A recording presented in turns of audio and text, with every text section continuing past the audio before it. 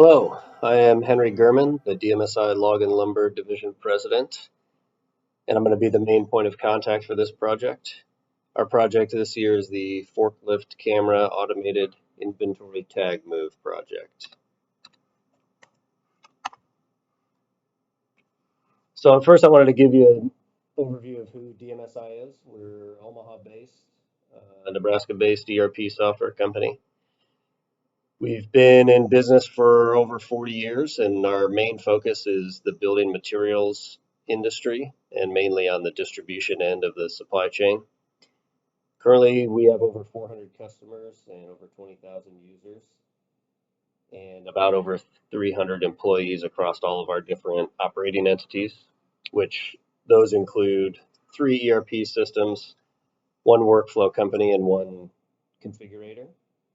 Today we're going to be focusing on one of the inventory ERP systems that the DMSi Log and Lumber Division is responsible for, and a project in that is focused on that industry. So the problem that we're working to solve is in the hardwood lumber industry.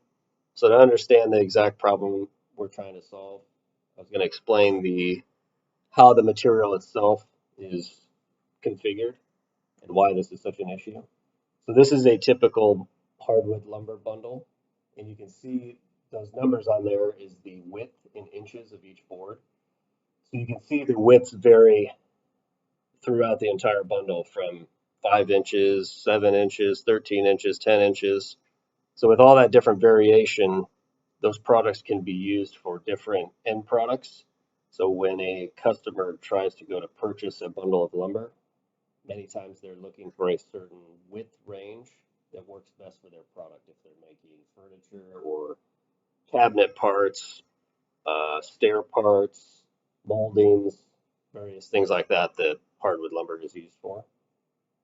So it's very important that the customer knows the width and length breakdown in each bundle. So if you look at a typical warehouse for hardwood lumber, it typically looks something like this. These bundles are stacked in this fashion, so you can see there's many bundles that are buried deep behind other bundles. So when a customer makes an order, many times the ideal bundle to fill that order might be buried in the back. So it's important for them to know where exactly these bundles are and which ones would fulfill the order that's being requested. So in this scenario, I'll lay out how a customer orders. So a customer would typically order something like, let's say, 5,000 board feet, which is a volume measurement. So that bundle we saw would roughly be probably 1,000 board feet. So this is roughly about 5 bundles. And they might say something like, I want to order this 5,000 feet, but I really only want 30% of it to be 12 foot and longer. And within those widths that you saw, 8-inch and wider.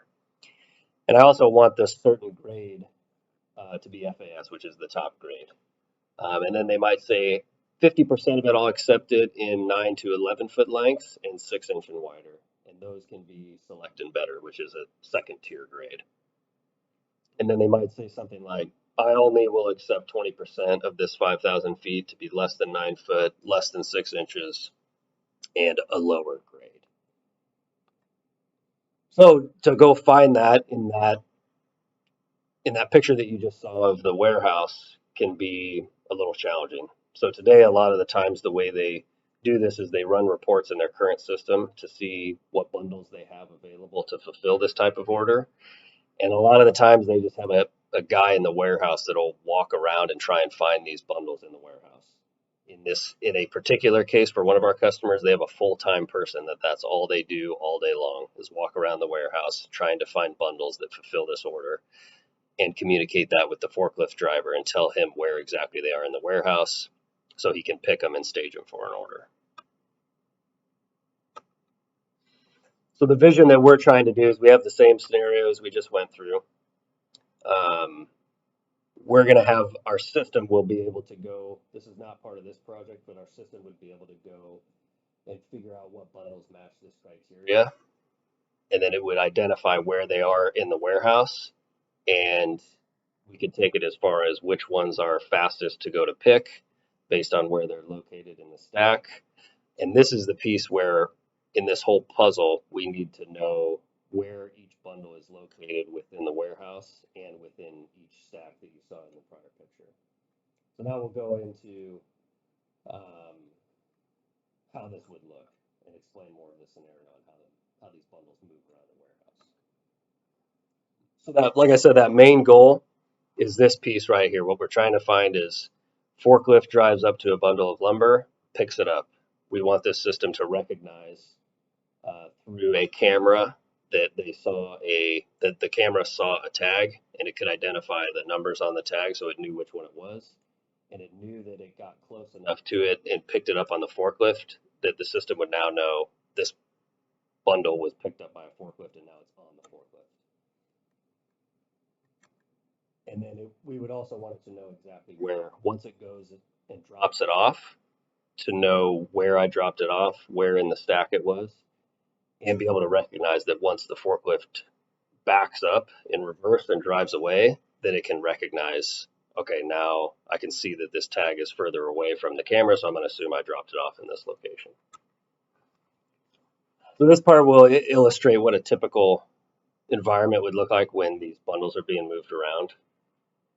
So let's focus in on this bay right here, and we'll call this bay 5. And you can see that there is 3 columns in here. So that's column 1 is furthest to the wall, column 2 is the next one, and then this one's column 3. And you'll notice that there's an R1, R2, R3, R4, R5. So those are basically how high it is in the stack. So that was the row identifier. So we would ideally want to know what bay it's in, what column it's in, and what row high that bundle's in. And then once we have that data, then we can use our own internal systems to figure out which bundles, at least we know where the bundles are, so we can run our processes in our system to tell the customer, these are the bundles that can fulfill this order, and here are the ones that are fastest to pick, or maybe here's aging material that, although it might not be the quickest to pick, you should pick it anyway because we need to cycle the inventory. So how this would look, imagine I'm the forklift driver and I just dropped off that bundle of lumber because I didn't want to stack it any higher than that Bay 5 C3 R5. So I'm going to make a new column, and this would be C4. So for column 4, it's the 4th column from the back wall. So the forklift would drive up and drop off that bundle right in the spot that you see here. So ideally, when the forklift drops it off and it backs away, that it would be able to recognize, okay, maybe I can't see the Bay 5 C1, C3 R1, but I can see the Bay 5 C3 R2. So I'm going to assume that because I can't see it, I probably am starting a new row here. So then when I go to drop the next one off, it does the same thing. It recognizes, I see that I have the bundle of Bay 5 C4 R1, and I put this bundle on top of it. So I'm going to assume now that this is a value of R2, and so on. That process would keep going, and then you would theoretically build a map of each bay and where every bundle is located in that bay. So in that order that I gave you, let's say there's one bundle we're looking at. These 5 bundles might be able to fulfill that request. The easiest one to pick would probably be number 2 or number 3 or that number 4, because if you look at that number 4, I only have to move 2 bundles before I can get to the bundle I need. Whereas if I picked bundle number 5, I have to move those 5 bundles away, put them somewhere else, and then go grab that bundle that fulfills the order. And it gets even worse when you go to number 1, if that was the order that you picked. So if you imagine a human that's doing this all day long, the first one he found might have been number 3 or 2 over there, and that would take longer to pick than number 4. So just based on how that individual's feeling that day or human error, and if they found that one first, they might just say, hey, at least I found one that fulfills the order, let's pick it. Although it might be the most difficult to pick, So we believe that this solution can save our customers a lot of time by the system knowing exactly where everything is, and it could calculate which ones would be the quickest for the forklift to pick, and the touching the least amount of material. Because the more, and when you're in a warehouse, the more you're touching material, the higher your risk for damage is, and just the increased amount of time and fuel and all those things that go into continuing to touch multiple bundles over and over. So the least amount of times you can touch a bundle with a forklift, the better. Now, for a future goal that we're looking at is that directed picking process, and that would be something that would be not included in the main scope of this project. But to give you an idea of where we're headed, we we want this project to be able to give us where exactly the bundle's located in the warehouse and which column it's in, which stack it's in. And then we would use our system to understand the criteria of the order and determine which bundles fulfill that order, and then determine where exactly they're located and what's the fastest route in the warehouse to go pick all of these, which would be more of a future directed picking application. On the technology piece, there's really a lot of this project. We are looking for the students to research and propose a tech stack that would get this project done with our approval. But there is going to be research on a camera system. So there are camera systems out there that attach to forklifts. So we would want to vet those and make sure that we get the resolution that we need on the camera system that can run it through like an OCR type system to recognize the tag.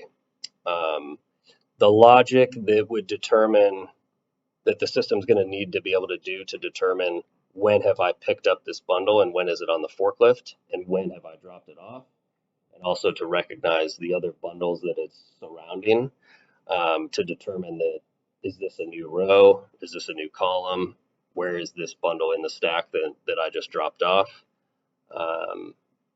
That process would be we'd be looking for the students to tell us what tech stack or backend system would accomplish that the best. We do have a mobile tech stack at DMSi, where we currently use for our manual inventory moves, which is basically built in React Native, and then we have some other tools for the platform that we could discuss as well. But we would like the students to be able to do the research, determine what tech stack, and then work with us to see if that fits in with any tech stacks that we already have that we would prefer that you work with. So overall, that sums up our project. Looking forward to working with you.